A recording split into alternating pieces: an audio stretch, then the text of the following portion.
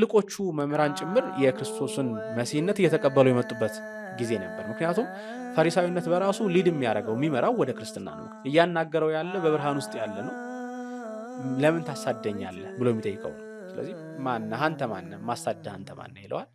ቅዱስ ጳውሎስ ክርስቶስን በአካል አያውቀው አላየውም፣ ትንሣኤውን አላየም፣ ትምህርቱን አልሰማም። ነገር ግን በደማስቆ አደባባይ ያየው ትንሣኤውን፣ ምክንያቱም የተነሳውን እሱ ሙቷል ብሎ ሎቱስፋት ክሪባውና ሙቷል በስብሷል ብሎ የሚያስበውን መሲሁ የተባለ ክርስቶስን አገኘው። የዘይቤ አተረጓጎም እንዴት ነው የሚፈታው? ከስሙ ከተሰጠው ሰው ምንነት ተግባር ጋር በማገናኘት የሚፈታ። ለምሳሌ ማርያም የሚለውን ስም እኛ ሊቃውንት ሲፈቱ የሚፈቱት በዘይቤ ትርጉም ነው። ያ ማለት በቅድስት ድንግል ማርያም በተደረገው ስራ ከመነሳት የሚተረጎም ትርጉም ነው እንጂ የስሙን ትክክለኛ የቋንቋ ትርጓሜ የሚያሳይ አይደለም። በይዘት በምዕራፍ ርዝማኔ ብቻ ሳይሆን በይዘትም ደግሞ በዛ ያለ ነገረ መለኮታዊ ሳቢ ያለው ነው የሮሜ መልእክት። ሁለተኛ ደግሞ የበላዮች ነን ብለው ያስባሉ። ከይሁድነት ወደ ክርስትና የመጡት የተገረዙት ክርስቲያኖች ደግሞ እኛ ለአረማውያኑ ክርስቲያኖች የበላዮች ነን ብለው ያስባሉ። በዚህ ምክንያት ሁልጊዜ ጠብ ይፈጠር ነበረ። በዚህ ምክንያት በቀላውዲዮስ ቀሳር አማካኝነት ሁሉም አይሁዳውያን ከሮም ተባረው ወደ መጡበት እንዲሄዱ ተደረገ። ከዘርና ከደም ጋር ግንኙነት እንደሌለው ይልቁንም ደግሞ በተግባርና በእምነት በተግባር የሚገለጥ እምነት እንደሆነ የበለጠ አበክሮ ሲጽፍላቸው እናገኛለን። ናሁ ወልድከ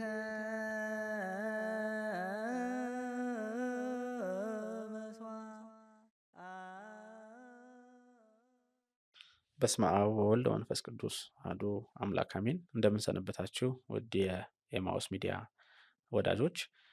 ባለፈው ሳምንት የቅዱስ ጳውሎስ መልእክት ወደ ሮሜ ሰዎች የተላከው መልእክት ትርጓሜ ለመናገር ጀምረን ነበር። የቅዱስ ጳውሎስን ታሪክም በተወሰነ መልኩ ለማየት ሞክረናል።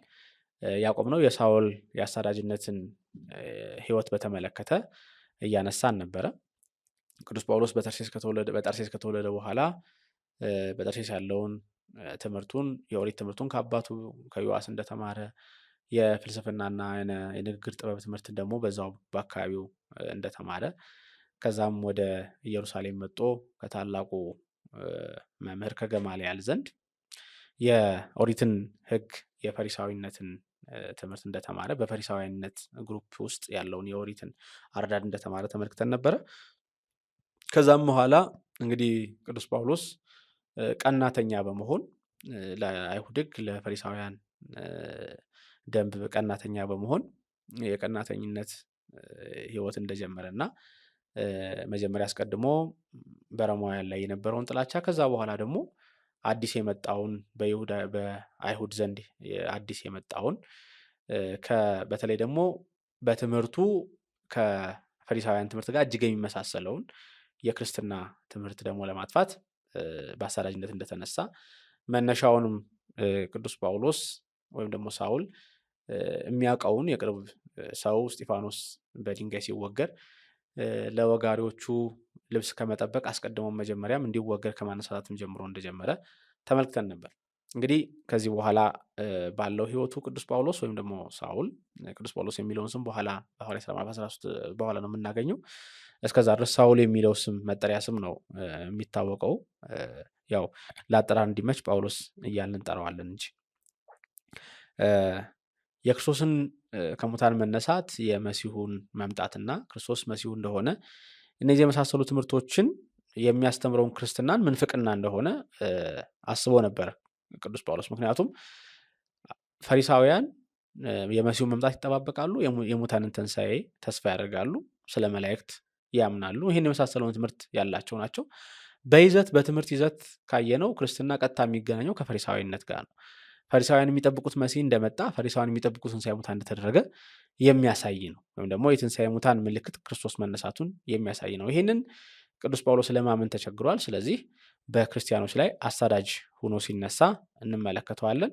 ከቅዱስ እስጢፋኖስ መወገር በኋላ በጣም ብዙ ክርስቲያኖች በጣም ብዙ ክርስቶስን የሚያምኑ ሰዎች ከይሁዳና ሰማሪያ ለቀው ወደ ተለያዩ የግዛቶች ተሰደው ነበር። በተለይ ደግሞ ወደ ደማስቆ፣ ወደ ሶሪያ እነዚህ የመሳሰሉ ግዛቶች ቅርብ ሆኑ ወደ እስራኤል ቅርብ ሆኑ አካባቢዎች ላይ አጎራባች ሀገሮች ላይ ተሰደው ነበርና ከሊቀ ካህኑ ደብዳቤ በመያዝ ወደ እነዚህ ቦታዎች እየሄደ ክርስቲያኖችን ማሳደድ ፈለገ ቅዱስ ጳውሎስ። ስለዚህ ከሊቀ ካህኑ ደብዳቤ ተቀብሎ በሶሪያ ያሉ ክርስቲያኖችን ለማሳደድ ወደ ሶሪያ በደማስቆ አድርጎ ጉዞ ሲያደርግ እንመለከተዋለን።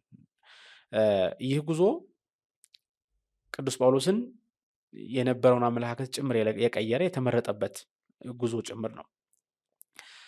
ምንም እንኳን ሊቀ ካህኑ በሶሪያ ያሉትን ሰዎች የማስተዳደር ስልጣን ባይኖረውም ቅሉ ሊቀ ካህኑ በሶሪያ ያሉ ምኩራቦችን የማስተዳደር ግን ስልጣን አለው። ምክንያቱም ሶሪያም ኢየሩሳሌምም ሁለቱም በአንድ በሮም ግዛት ውስጥ ናቸው። ስለዚህ በሮም ግዛት ያሉትን ቤተ መቅደሶች በሙሉ የሚያስተዳድረው ደግሞ ይህ በኢየሩሳሌም ያለው ሊቀ ካህን ስለሆነ በሮም ግዛት ውስጥ ባሉት ቤተ መቅደሶች መካከል ያሉትን የክርስቲያን ግሩፖችን በተለይ ሁኔታ እንዲያወጡ ከምኩራብ እንዲለዩቸው ከዛ ደግሞ ወደ ኢየሩሳሌም እያመጡ በኢየሩሳሌም ፍርድ እንዲቀበሉ እንዲያደርግ የሚያስችል ደብዳቤ ነው የሰጠው ይላሉ አንዳንድ ሊቃውንት። አንዳንዶቹ ደግሞ ሊቃውንት ሄዶ የሚገልበት ስልጣን የሰጣቸው ይላሉ። በእርግጥ ይሄኛው ትንሽ አስቸጋሪ ይሆናል። ምክንያቱም በሮም ግዛት ውስጥ ያለ ሌላ ግዛት ሂዶ ሰዎችን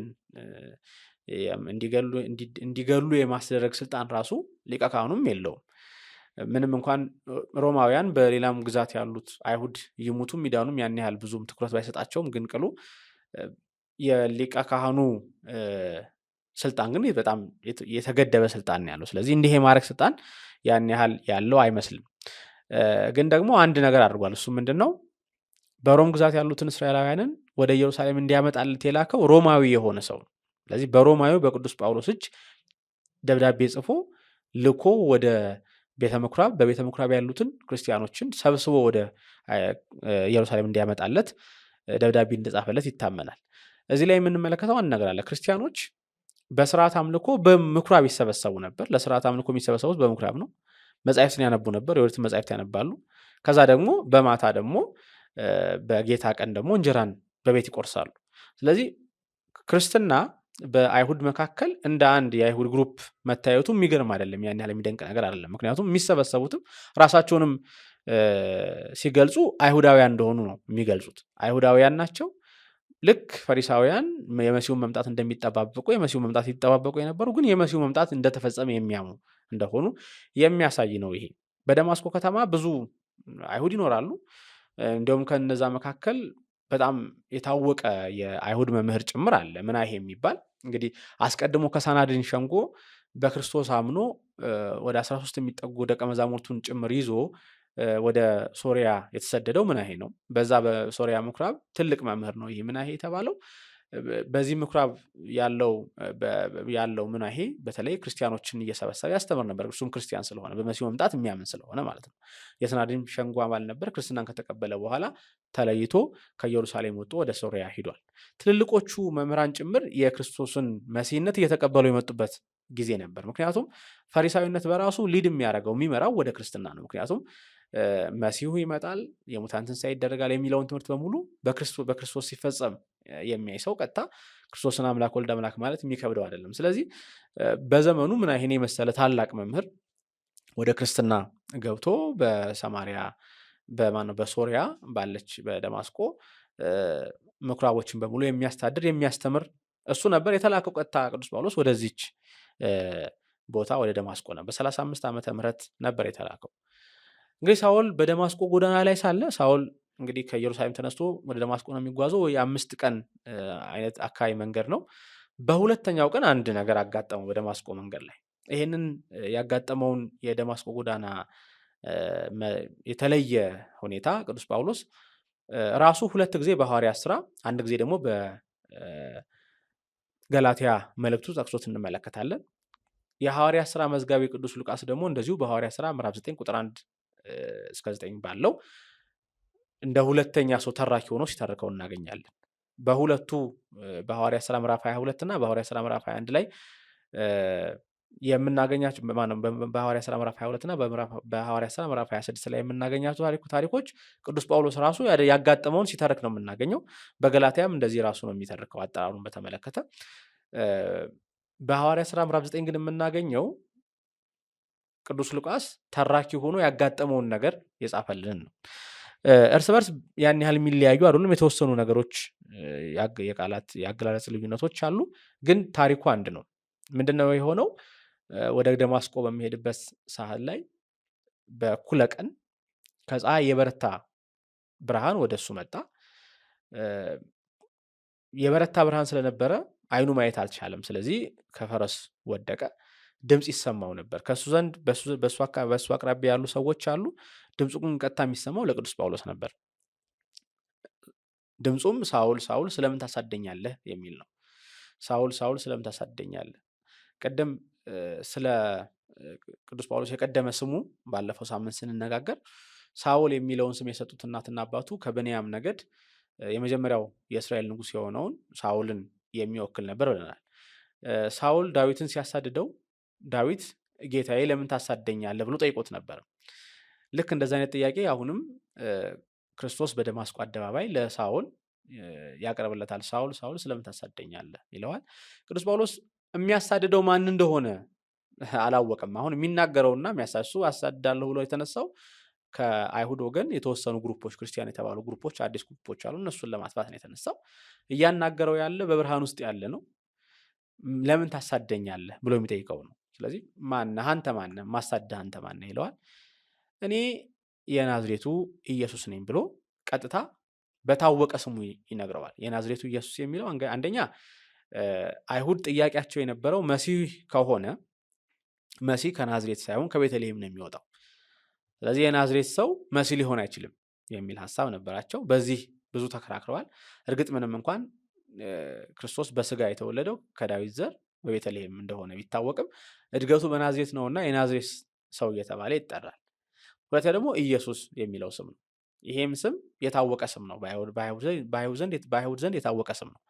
ስለዚህ ኢየሱስ የናዝሬቱ ኢየሱስ ነኝ ብሎ የሚያሳድዳቸው ክርስቲያኖች መሲሁ ነው ብለው የሚያምኑት ከሞት ተነስቷል ብለው የሚያምኑት የእነሱ አምላክ ኢየሱስ እንደሆነ ይገልጽለታል ማለት ነው። በዚህ ጊዜ ቅዱስ ጳውሎስ ማየት አልቻለም፣ ማየት ተሳነው። ስለዚህ የሚሰማው ድምፅ ብቻ ነበር የሚከተለው። አንድ ጥያቄን ያቀረበው ጌታ ሆይ ምን ላድርግ ነው ያለው። ምክንያቱም አይኑ ታውሯል። ምን ላድርግ ይለዋል። ክርስቶስ ቀጥታ የሚልከው ተሳዳጅ ወደ ሆነች ቤተክርስቲያን ነው። ወደ ደማስቆ ግባ፣ በደማስቆ ሐናንያን ታገኛለህ፣ እሱ ይጸልይልሃል። ሐናንያ የዛች ተሳዳጅ የሆነች ቤተክርስቲያን አባል ነው። ቅዱስ ጳውሎስ ምን ላድርግ ብሎ ጠየቀ። ቅዱስ ጳውሎስ ምን ላድርግ ብሎ አሁን ያገኘው እግዚአብሔርን ነው፣ ያገኘው ክርስቶስን ነው። ክርስቶስን አግኝቶ እየተነጋገረ ምን ላድርግ ብሎ ሲጠይቅ ግን መልሱ በቃ አሁን እኔን አግኝተኸኛል ይበቃል አልነበረም። መልሱ ወደ ቤተክርስቲያን ነው የተላከው። ወደዛች ተሳዳጅ ወደሆነች ቤተክርስቲያን ሂድ፣ እዛ እነሱ ይጸልዩልሃል፣ ያጠምቁሃል፣ የሚያደርጉትን ነገር ያደርጋሉ። ስለዚህ ወደዛ ሂድ አለው ማለት ነው። ቀጥታ 2 ቀን ተጉዟል። 3 ቀን የሚቀረው ጉዞ ነበር። 3 ቀን ሳይበላ ሳይጠጣ አይኑም ሳያይ ወደ ደማስቆ መጣ። በደማስቆ ሐናንያን አገኘው። ሐናንያ ጸለየለት። ከዛ በኋላ እንደ ቅርፊት ከአይኖቹ ላይ ያ አለማየቱ ተገለጠለት። ተጠመቀ ቅዱስ ጳውሎስ። አሁን የቤተክርስቲያን ስራ የማጥመቅ ወደ ቤተክርስቲያን ህብረት የመቀላቀል ስራ ቤተክርስቲያን ስራ ነው። ቅዱስ ጳውሎስን የጠራው በልዩ አጠራር የጠራው ክርስቶስ ነው። የተጠራበት ቦታ የደማስቆ ጎዳና ነው። ጥሪውን በተመለከተ ስንመለከተው ቀጥታ የሚገናኘው ከነቢያቱ ጥሪ ጋር ነው። ለምሳሌ ኤርምያስን፣ ኢሳይያስን ሲጠራ እግዚአብሔር ለነብይነት ሲለያቸው፣ ሲመርጣቸው፣ ለአገልግሎት ሲጠራቸው በጠራበት መንገድ ነው ቅዱስ ጳውሎስን የጠራው። ቅዱስ ጳውሎስ በደማስቆ አደባባይ የነበረውን እምነት ትቶ ሌላ እምነት የተከተለ ሰው አይደለም። ቅዱስ ጳውሎስ የሚያምነው ስለሚመጣው መሲህ ነው የሚያምነው። አሳዳጅ የሆነውም የሚመጣውን መሲህ በተመለከተ ቀናተኛ ስለሆነ ነው። ክርስቶስ ደግሞ የመጣው መሲህ እንደሆነ ነው የገለጠው። ቤተክርስቲያን የመጣውን መሲህ የምታውቅና የምታመልክ እንደሆነች ነው ያሳየው። ስለዚህ ወደ እምነት ፍጽምና ነው እንጂ የመጣው ወደ ተለየ እምነት አልመጣም ማለት። ስለዚህ ቅዱስ ጳውሎስ እዚህ እምነቱን ቀየረ አንልም። እምነቱ የተቀየረበት ቦታ አይደለም የቅዱስ ጳውሎስ እዚህ ይሄኛው ቦታ። በዚህ ቦታ ቅዱስ ጳውሎስ በተለየ ሁኔታ ተመረጠ እንላለን። ለዚህም ነው በቅዳሴያችን ላይ ካህኑ የቅዱስ ጳውሎስ መልእክት ከማንበባችን በፊት እንዲህ ብሎ በንባብ ያሰማናል። ቀድሞ ያሳድድ የነበረ ጳውሎስን በብዙ ቸርነት የጠራኸውና የተመረጠ ዕቃ ያደረግከው አንተ ነህ ይላል። ቀድሞ ያሳድድ የነበረ ቅዱስ ጳውሎስን የጠራኸው የተጠራ ለአገልግሎት የተጠራ ነው አይደለ? አሁን ያልነው በደማስቆ አደባባይ ቅዱስ ጳውሎስ ለአገልግሎት ተጠራ ነው የምንለው። ልክ እንደ ነቢያት ኤርምያስ የአሕዛብ ነቢይ ይሆን ዘንድ አስቀድሞ እንደተጠራ ቅዱስ ጳውሎስም ነቢይ ይሆን ዘንድ ተጠራ፣ ወይም ደግሞ ሐዋርያ ይሆን ዘንድ ተጠራ። ስለዚህ ቀድሞ ያሳድ የነበረ ጳውሎስን በብዙ ቸርነት የጠራኸው አለ። ስለ ብዙ ቸርነቱ የጠራበት መንገድ የተለየ ስለሆነ አስደናቂ ስለሆነ የተመረጠ ዕቃ ያደረግከው ለአገልግሎት የተመረጠ ዕቃ ያደረግከው አንተ ነህ ብሎ ይመሰክራል። ስለዚህ የቅዱስ ጳውሎስ በደማስቆ የታየው መገለጥ የሃይማኖት መቀየር ሳይሆን በተለየ ሁኔታ የሚያምነውን ፈሪሳዊነት ፍጽምና የሰጠ መሲሁ እንደመጣ ክርስቶስ ከሙታን እንደተነሳ አልተነሳም ብሎ የሚያስበው እሱ ክርስቶስ ሕያው እንደሆነ ከዛ ደግሞ በየማነ አብ እንደተቀመጠ የሚያስረግጥ ነው። አስቀድሞ በየማነ አብ የተቀመጠውን ክርስቶስን ያየው ሲወገር እስጢፋኖስ ነበር፣ የቅዱስ ጳውሎስ ወዳጅ። አሁን ደግሞ ቅዱስ ጳውሎስ ይሄንን በመመልከት በተለየ ሁኔታ ተጠራ ማለት ነው። ከዚህ በኋላ እንግዲህ የሐዋርያነት ጉዞ ነው የሚጀምረው። የተመረጠ ዕቃ ነው የሆነው። ከዚህ በኋላ ምስክር የሚሆን ነው። ያየው መመስከር አለበት። አሁን የትንሣኤው ምስክር ሐዋርያ ማለት ፍነው የተላከ ማለት ነው። የትንሣኤው ምስክር ማለት ነው። የክርስቶስ የትምህርቱና የትንሣኤው ምስክር ሐዋርያ ይባላል። ቅዱስ ጳውሎስ ክርስቶስን በአካል አያውቀውም፣ አላየውም፣ ትንሣኤውን አላየም፣ ትምህርቱን አልሰማም። ነገር ግን በደማስቆ አደባባይ ያየው ትንሣኤውን ነው። ምክንያቱም የተነሳውን እሱ ሙቷል ብሎ ሎቱ ስብሐት ክብር ይግባውና ሙቷል በስብሷል ብሎ የሚያስበውን መሲሁ የተባለ ክርስቶስን አገኘው። ስለዚህ ተነስቷል ማለት ነው። የትንሣኤው ምስክር ለመሆን ከዚህ በኋላ ይጀምራል። ቅዱስ ጳውሎስ ከዚህ በኋላ ወደ ደማስቆ ይገባል። በደማስቆ የተወሰነ ጊዜ ይቆያል። በምኩራብ ሲመጣ እሱ አሳዳጅ ይሆናል ብለው ያሰቡት አይሁድ ሲመጣ ግን እንዳሰቡት አላገኙትም። የበለጠ እንደውም ለክርስቶስ ምስክር ሲሆን አገኙት። ከዚህ በኋላ በምኩራብ ይፈልጉት ነበር፣ በደማስቆ ይፈልጉት ነበረ። አገረ ገዢው ጭምር ይፈልገው ነበር ሊያስረው። በደማስቆ ያሉ ክርስቲያኖች ተባብረው በቅርጫት አድርገው በደማስቆ ግንብ አዘለው እንዲወጣ አድርገውታል። ከዛ በኋላ ወደ ኢየሩሳሌም ሄዷል። ወደ ኢየሩሳሌም ሄዶ ከሐዋርያት ዘንድ ተገናኝቷል። ከዛ በኋላ ግን የበለጠውን 3 ዓመት የሚያክለውን ወደ አረብ በረሃ ወርዶ የሚያውቀውን ያነበበውን ብሉይ ኪዳን መልሶ መላልሶ ካየው ከተገለጠለት ራእይ ጋር እያመሳሰለ አገናዝቦታል። ምክንያቱም ቅዱስ ጳውሎስ የብሉይ ኪዳን ሊቅ ነው፣ የኦሪት ሊቅ ነው። የሐዲስ ኪዳን ትምህርት ግን የክርስቶስን ትምህርት ግን አልሰማም። አሁን የክርስቶስ ትምህርት አለመስማቱ የሚያጎልበት እንዳይሆን መገለጡ የበለጠ ያረጋገጠለት በጎላ የተረዳ የሆነው የትንሣኤው ምስክር መሆኑን ያሳየበት ነው። ከዚህ በኋላ ግን የነቢያት ትንቢት፣ የሕግ መጻሕፍት በሙሉ ወደ ክርስቶስ እንዴት እንደሚመሩ መልሶ መላልሶ ጊዜ ሰጥቶ ለራሱ ተመለከተ ማለት ነው። ወደ አረብ በረሃ ወረደ የሚለውም ብዙ ሊቃውንት የተለያየ ምልከታ አይተውበታል። ለምሳሌ አንዳንዶቹ የወረደው ወደ አረብ በረሃ፣ አረብ የሚለው ቃል ቀጥታ ይሄ አሁን ያለውን የአረብ ቦታ የሚያመለክት አይደለም፣ ይልቅ ወደ ሲና በረሃ ነው የወረደው ይላሉ። ወደ ሲና በረሃ ወርዶ በዛ ከክርስቲያኖች ጋር እየተገናኘ የተወሰነውን ጊዜ ደግሞ በጥሞና መጻሕፍትን እየመረመረ አሳልፏል። ወደ ሲና በረሃ ወረደ ስንል ግን በሲና እንግዲህ የምናውቀው ሁላችንም ሙሴ የኦሪትን የተቀበለበት ቦታ ነው የሲና ቦታ። ወደ ሲና መውረዱ ዝም ብሎ አይደለም። የኦሪቱ ሊቅ ቅዱስ ጳውሎስ ወደ ሲና ከወረደ በኋላ ያንን በሙሴ መንፈስ የተገለጠውን ኦሪትን መልሶ በክርስቶስ ደግሞ ሲተረጎም መልሶ መላልሶ ተመልክቷል። ከዚህ በኋላ ቅዱስ ጳውሎስ ሐዋርያዊ ጉዞውን በይፋ ይጀምራል።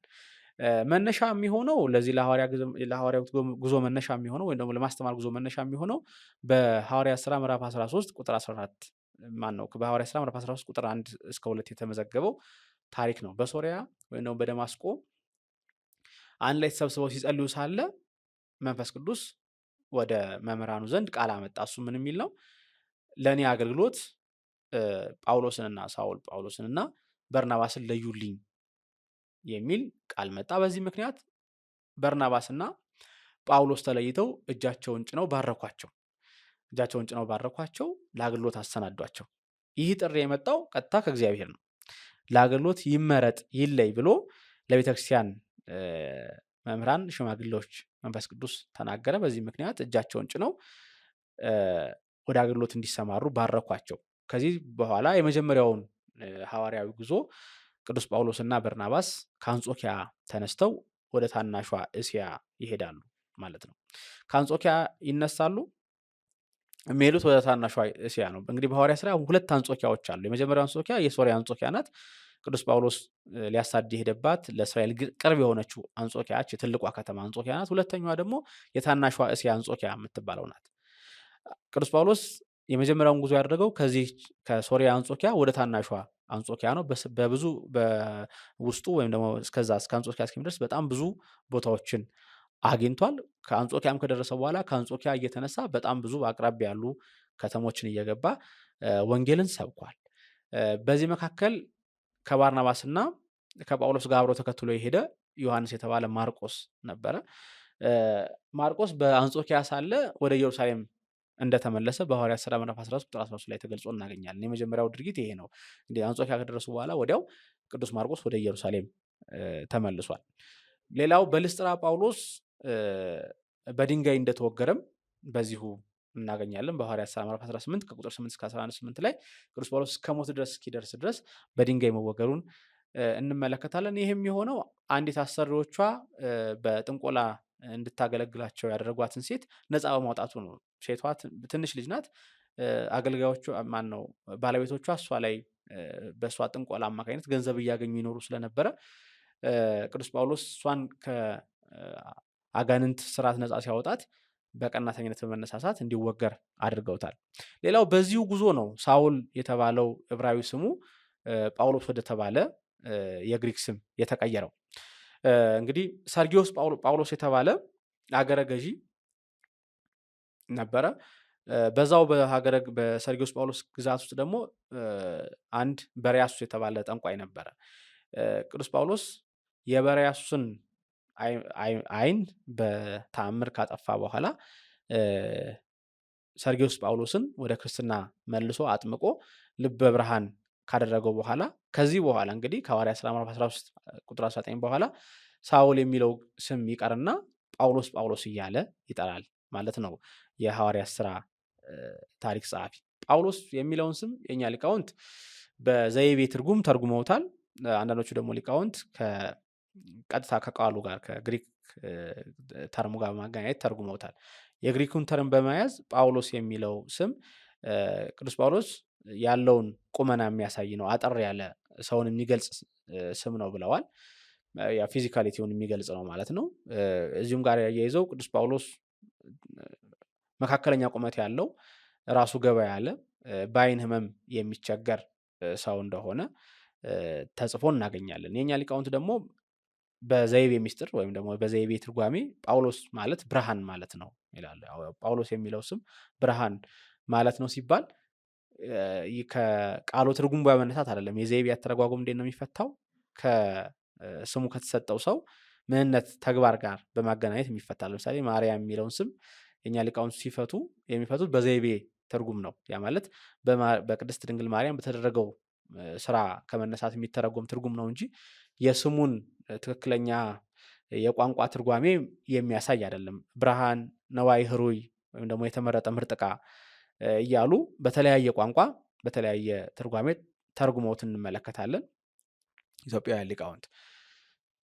ሁለተኛውን የቅዱስ ጳውሎስ ጉዞ ነው ከዚህ በኋላ የምናገኘው። ወደ ሶሪያ ተመልሶ ወደ ሶሪያ አንጾኪያ ከተመለሰ በኋላ ሁለተኛውን ጉዞ ደግሞ እንደዚሁ ከኢየሩሳሌም ጉባኤ በኋላ የኢየሩሳሌም ጉባኤ ከተደረገ በኋላ በመላው ሀገር ያሉ ክርስቲያኖች በተለይ ከአይሁድ ወደ ክርስትና የመጡትም እንዲሁ ደግሞ ክርስቲያኖች ከአረማዊነት ወደ ክርስትና የገቡትም እርስ በርስ ባላቸው ግንኙነት ምክንያት የመጀመሪያው የአይሁድ ጉባኤ የኢየሩሳሌም ጉባኤ በሐዋርያ ዘንድ እንደተደረገ ይታወቃል።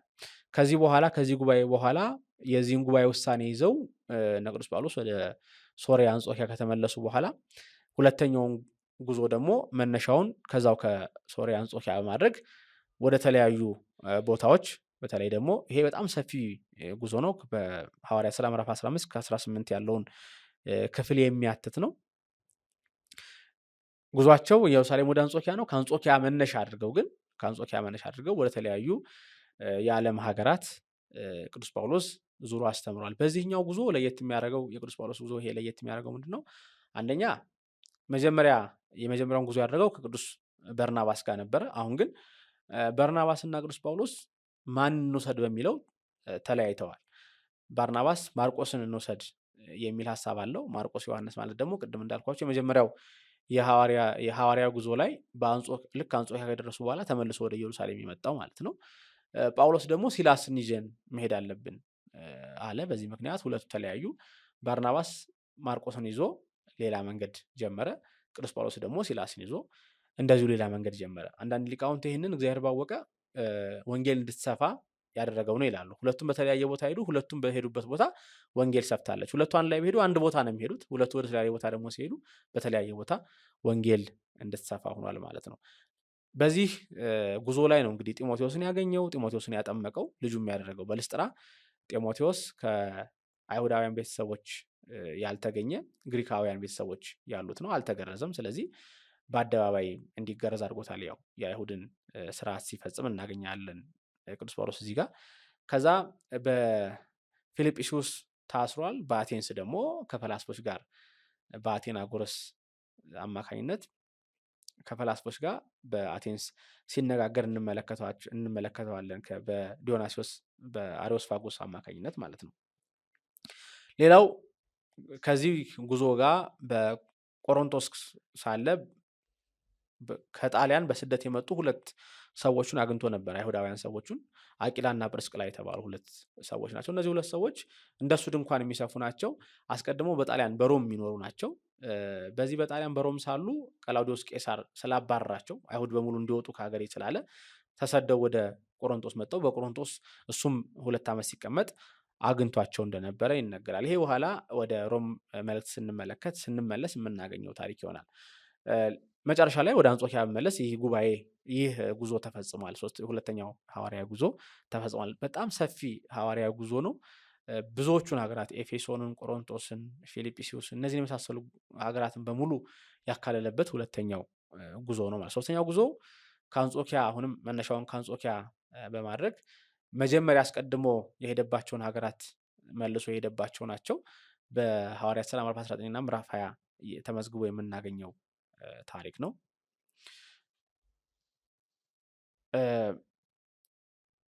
በጣም ብዙ ገቢረ ተአምራት ሰርቶን እናገኛለን በዚህኛው ጉዞ ላይ። በተለይ በማህረም በጨርቅ በእነዚህ ሁሉ ሙታንን ሲያስነሳ ደዌያንን ሲፈውስ የምናገኘው በዚህኛው ሐዋርያ ጉዞ ነው። ቅዱስ ጳውሎስ በዚህኛው ሐዋርያ ጉዞ በተለየ ሁኔታ በኤፌሶን ሳለ መንፈስ ቅዱስ ወደሱ መጥቶ ቀጥታ ወደ ኢየሩሳሌም እንዲሄድ ስለነገረው ወደ አንጾኪያ አልተመለሰም። ቀጥታ ያደረገው ምንድነው? ከዚህኛው ሐዋርያዊ ጉዞ ቀጥታ ወደ ኢየሩሳሌም ተመልሷል ማለት ነው። በኢየሩሳሌምም ከአይሁድ ጋር ብዙ ክርክር አድርጓል። በተለይ በኤዥያ ካገኛቸው አይሁድ ጋር ወደ ኢየሩሳሌም ተመልሰው ያው በኢየሩሳሌም በዓልን ስለሚያከብሩ አይሁድ በተለያየ ቦታ ያሉ አይሁድ ሲመለሱ በኢየሩሳሌም ቀጥታ ያው ጳውሎስን ያገኙታል። ጳውሎስ በየሀገራቸው እየሄደ የሰበካቸው ስለ መሲሁ አዳኝነት የሚጠብቁት የሚጠናቀቁት ሕግ በሙሉ ይሄ ውጫዊው ወግ በሙሉ ምንም ትርጉም እንደሌለው በመሲሁ ማመን፣ በክርስቶስ መምጣት ማመን፣ በትንሣኤ ሙታን ማመን እንደሚያስፈልግ ያስተምራቸው ስለነበረ ከዚህ በመነሳት እንግዲህ በዛ እያዩት በጣም ይቆጩ የነበሩ ይናደዱ የነበሩ ስለነበሩ አይሁድ በዚህ ደግሞ በሀገራቸው በዋናው በቤተ መቅደሱ በኢየሩሳሌም ሲያገኙት አብዝተው ተከራክረውት ነበረ።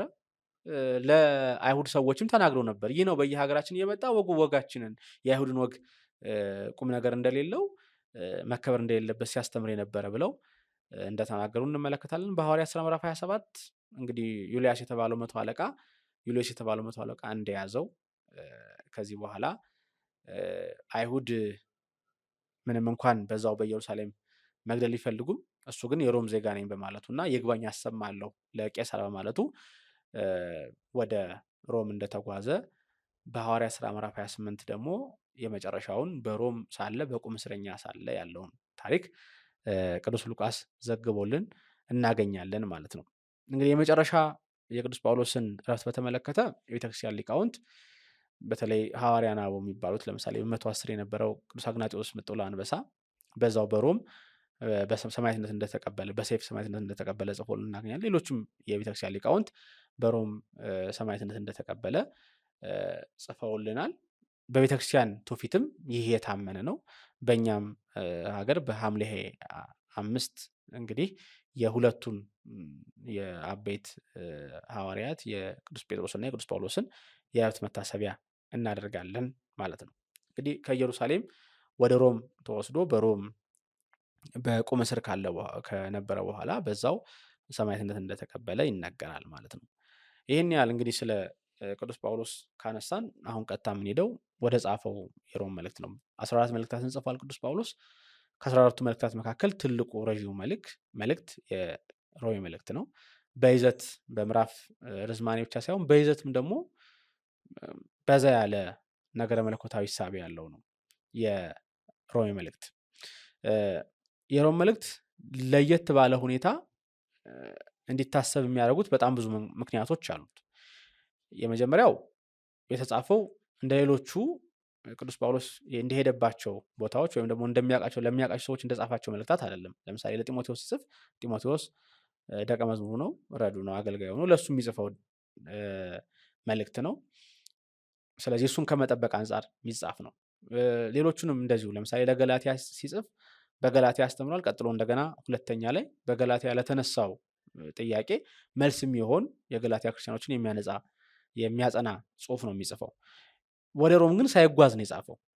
ስለዚህ ሮምን አላያትም፣ በሮም ያለውን ነገር የማያውቅም።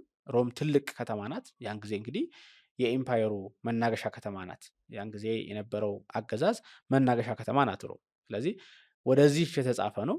ረዘም ያለ ምዕራፍ ያለው ነው። 16 ምዕራፍ ያለው መልእክት ነው የሮም መልእክት። በይዘትም ደግሞ ብዙ ነገር የተነሳበት መልእክት ስለሆነ ለየት ያደርገዋል የሮም መልእክት። ሮም ወይም ደግሞ ሮሜ የምንላት ሮምሎስ ወይም ደግሞ ሮማሎስ እና ሮማሎስ በሚባሉ ወንድማማቾች የተመሰረተች ከተማ ናት። አሁን ያለውም የጣሊያን ታሪክም ወደፊት የነበረውም የሮም ታሪክም እንደሚነግረን እነዚህ ሁለቱ ወንድማማቾች የአንዲት እንስሳን ጡት እየጠቡ አድገው ከዛ በኋላ ያችን ከተማ እንደመሰረቱ ይናገራል። በመግቢያው ላይም ጭምር ይህ ምልክት ተቀምጦ እናገኘዋለን። ሮም መናገሻ ከተማ ናት። በጣም ብዙ አይነት ሀሳብ የሚስተናገድባት ናት። በተለይ ደግሞ የግሪኮ ሮማን ወርልድ የምንለው በግሪክና በግሪክ ፍልስፍና በሮም ባህል የተቃኘው ዓለም በሙሉ መናገሻ ያደረጋት ከተማ ናት። ስለዚህ በጣም ብዙ አይነት አመለካከት ያለባት ነው። የግሪክ ፍልስፍና አለ። ከዛ ደግሞ እንደገና የሮም የስነ ምግባር ውጥንቅጡ የወጣበት ደግሞ የስነ ምግባር ጉዳይ አለ።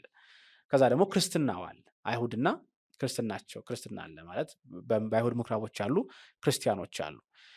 ከዚሁ ጋር ተያይዞ የሮም ቤተክርስቲያን መስራች ማን ነው ለሚለው ብዙዎቹ ጴጥሮስ እንደሆነ ይናገራሉ። ግን ጴጥሮስ የሮም ቤተክርስቲያን መስራች እንደሆነ የሚያሳይ ግልጽ ጽሑፍ ማግኘት አይቻልም። ቅዱስ ጴጥሮስም በሮም ያለችው ቤተክርስቲያን እንደመሰረቱ የሚናገር ምንም ነገር አናገኝም። ይልቁንም የመጀመሪያው የሮም ሊቀ ጳጳስ እንደ ቅዱስ ሄሬኔዎስ አነጋገር ቅዱስ ሊዮስ የተባለው ሰው እንደሆነ ይናገራል። ከዛ ውጭ ደግሞ በሮም ግዛት ውስጥ ወንጌል የተሰበከው አይሁድ በባለ ጴንጠቆስጤ ወደ ኢየሩሳሌም ከመጡ በኋላ በኢየሩሳሌም የሰሙትን ነገር ይዘው በመሄዳቸው እንደሆነ ብዙ ሊቃውንት ይስማሙበታል። ስለዚህ የመንበር መስራች የሚባል ወይም ደግሞ ይህ የጴጥሮስ መንበር ነው። አሁን ለምሳሌ ካቶሊክ ክርስቲያን የጴጥሮስ መንበር ነው ትላለች የሮም መንበር።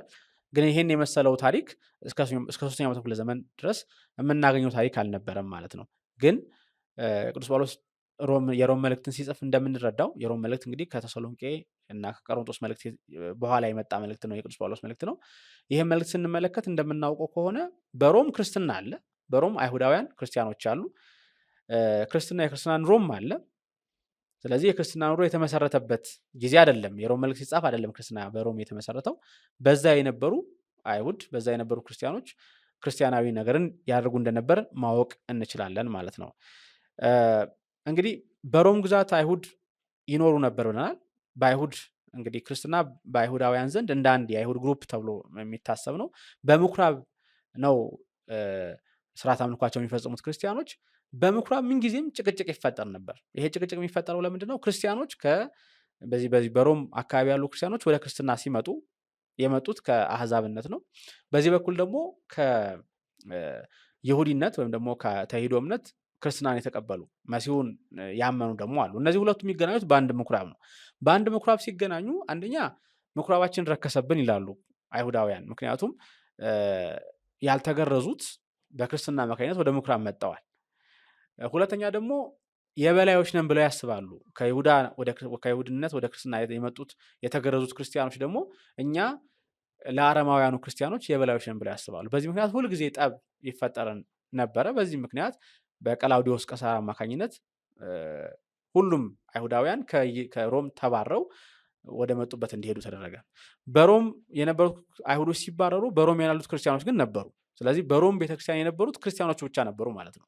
አይሁዳውያን በየቦታው ተበትነው ወደ 2 ዓመት አካባቢ ያሳለፉ። ከዛ በኋላ ቄሳር ሲሞት ቀባሪዎስ ቄሳር ሲሞት እንደገና ወደ ሮም ተመልሰዋል። ወደ ሮም ሲመለሱ አሁን በሮም ያለችውን ቤተክርስቲያን የበለጠ አጠናክሮ የጠበቋቸው እነዚህ ከየአማኒነት የመጡት ወይም ደግሞ ከአሕዛብነት ወደ ክርስትና የመጡት ሰዎች ክርስቲያኖች ናቸው። ስለዚህ አይሁድ ሲመጡ እንደ አዲስ ሌላ ንትርክ ተገጠመ ማለት ነው። ምክንያቱም እነሱ ስርዓቱን ሰርተው ጨርሰዋል።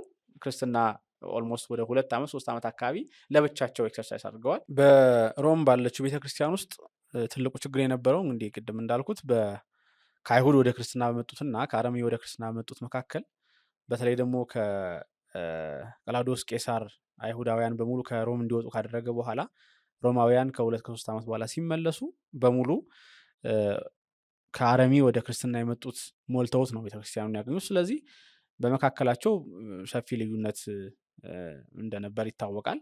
ይሄ ልዩነት በዋነኝነት በተለይ በኛ ሊቃውንት ትርጓሜ በጣም በሰፊው ተገልጿል።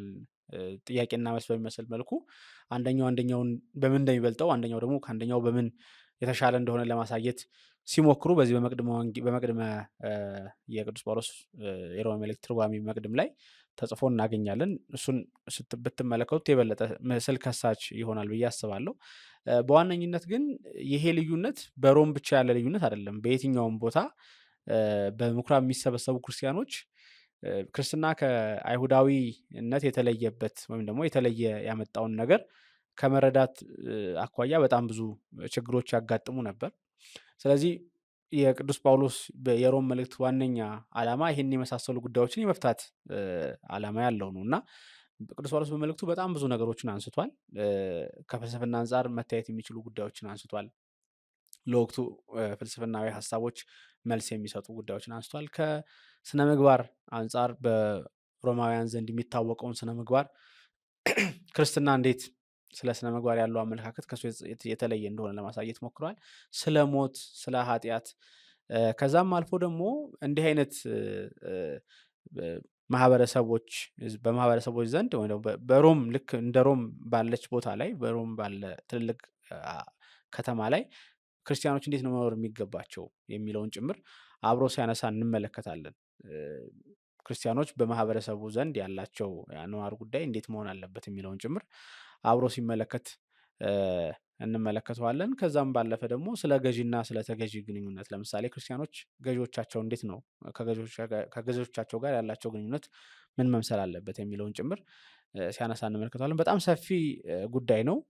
ጠቅላላ ግን ስንመለከተው ግን በእስራኤላውያን የተመረጥን ነን የተለየነን ብለው በማመናቸው ምክንያት ከአረሚ ወደ ክርስትና የመጡትን ሰዎች የበላዮቻችሁ ነን፣ በክርስትና እኛ የበላዮች ነን፣ የቀደምነን ብለው በማሰባቸው ምክንያት እነሱን ጭምር በክርስትና ወይም ደግሞ መሲሁ ከመጣ በኋላ ክርስትና በዓለም ላይ ከተነገረ በኋላ ክርስትና የመዳን ጉዞ ስለሆነ በክርስትና የሚበላለጥ በዘር አማካኝነት የሚበላለጥ እንደሌለ ይልቁንም ደግሞ እስራኤላውያን አሁንም ቢሆን ለእግዚአብሔር የተመረጡ እንደሆኑና ያንን ምርጫቸውን ጠብቀው ቢቀጥሉ ከእግዚአብሔር ጋር የሚሆኑ እንደሆነ ባይቀጥሉ ግን እነሱ እንደሚወጡና በተራቸው ደግሞ ሌላው ከአረም የሚመጣው እንደሚገባ ከእግዚአብሔር ጋር የመሆን ጉዳይ የመመረጥ ጉዳይ የግዝረት ጉዳይ እንዳልሆነ የእምነት ጉዳይ እንደሆነ የእግዚአብሔር የመሆን ጉዳይ ደግሞ የደም ጉዳይ እንዳልሆነ ልክ የአብርሃም ልጅ ይስሐቅ የእግዚአብሔር እንደተባለና ለእግዚአብሔር የተመረጠ እንደሆነ ሁሉ የአብርሃም ልጅ የሆነው ኢስማኤል ደግሞ ከእግዚአብሔር ህብረት እንደወጣ በማሳየት ከዘርና ከደም ጋር ግንኙነት እንደሌለው ይልቁንም ደግሞ በተግባርና በተግባር የሚገለጥ እምነት እንደሆነ የበለጠ አበክሮ ሲጽፍላቸው እናገኛለን። የጻፈው በቆሮንቶስ እንደሆነ ይናገራል። አንዳንዶቹ በኤፌሶን እንደጻፈው የሚናገሩ አሉ። አብዛኞቹ ግን በቆሮንቶስ እንደጻፈው ይናገራሉ። ከዛ ውጭ ደግሞ በፌበን ወይም ደግሞ በፌቢየን አማካኝነት በክንክራዎስ ወይም ደግሞ ክንክሪኤስ በምትባለው ቦታ አገልጋይ በነበረችና የተከበረች ሴት በነበረች በእሷ እጅ እንደተላከ በጋይዮስ ቤት በእንግድነት ሳለ ፌቢየንም መጣ ባለችበት በእሷ እጅ ለሮም ሰዎች ክታብ እንደተላከ ተጽፏል። የኛ ትርጓሜ መልእክተ ጳውሎስ አበሰባ ሮሜ ዘተጽፈት በቆሮንቶስ ወተፈነወት በእደ ፌቤን ብሎ ይጀምራል። በፌቤን እጅ የተላከች በቆሮንቶስ የተላከች የቅዱስ ጳውሎስ የሮሜ መልእክት ብሎ ነው የሚጀምረው። እንግዲህ ወደ ውስጥ ገብተን ደግሞ በተለያየ መልኩ በውስጡ ያለውን ነገር ለመመልከት እንሞክራለን። የሚቀጥለው ሳምንት አንድ ብለን የሮሜ መልእክትን ትርጓሜ እንጀምራለን። እግዚአብሔር አምላክ የሳምንት ሰው ይበለን። ወስብሐት ለእግዚአብሔር። ይቆያል። ናሁ ወልድከ